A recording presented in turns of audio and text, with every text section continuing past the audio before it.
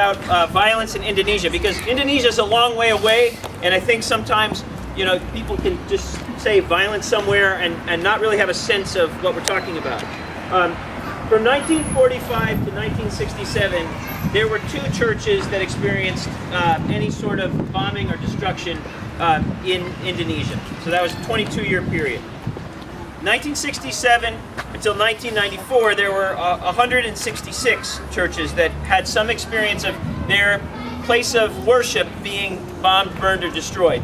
And of course, that increased concern about your business, your home, and other things.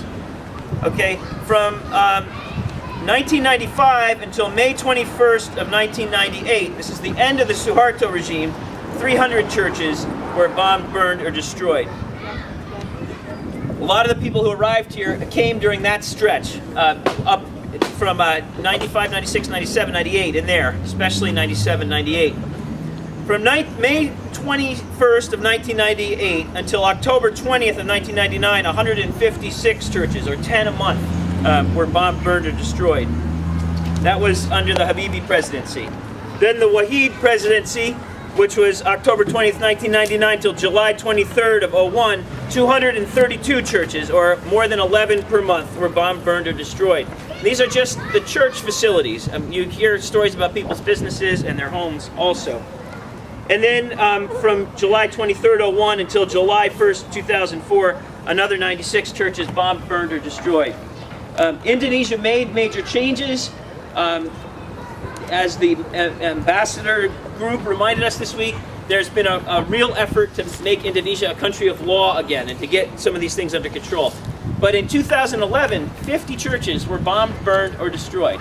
Some of the pictures we're holding up are of churches that had this happen just this year. In fact, 3 months ago, the Bethel Church was blown apart. And just this week, a statue of the Virgin Mary that was a very prominent statue for Indonesians was decapitated, and a lot of threats to the Catholic community.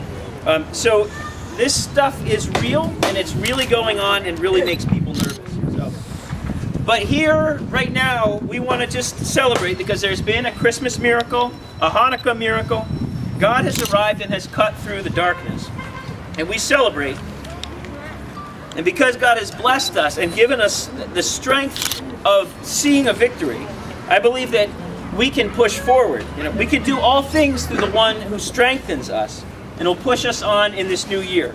Asking that protection be offered to those who we've come to love in this Indonesian, New Jersey community and this Indonesian American community, because the efforts that are unfolding here will have huge effects across the country. We think minimally 2,500 people would benefit from HR 3590 directly, and with their families connected, probably another 6,000 or so.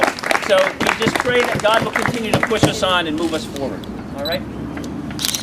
Anybody want to say anything? Harry, would you come just say a word about today? Because Harry got us into this whole mess by being the first one connected. So, and also just by chance or by grace or whatever, he was the one who reported today, late in the day, and so we had this event planned, and he wasn't out of the office yet, and it was very stressful to not being sure what's going on. So, Harry, just give this group an update on what's going on with you and Yana and your family.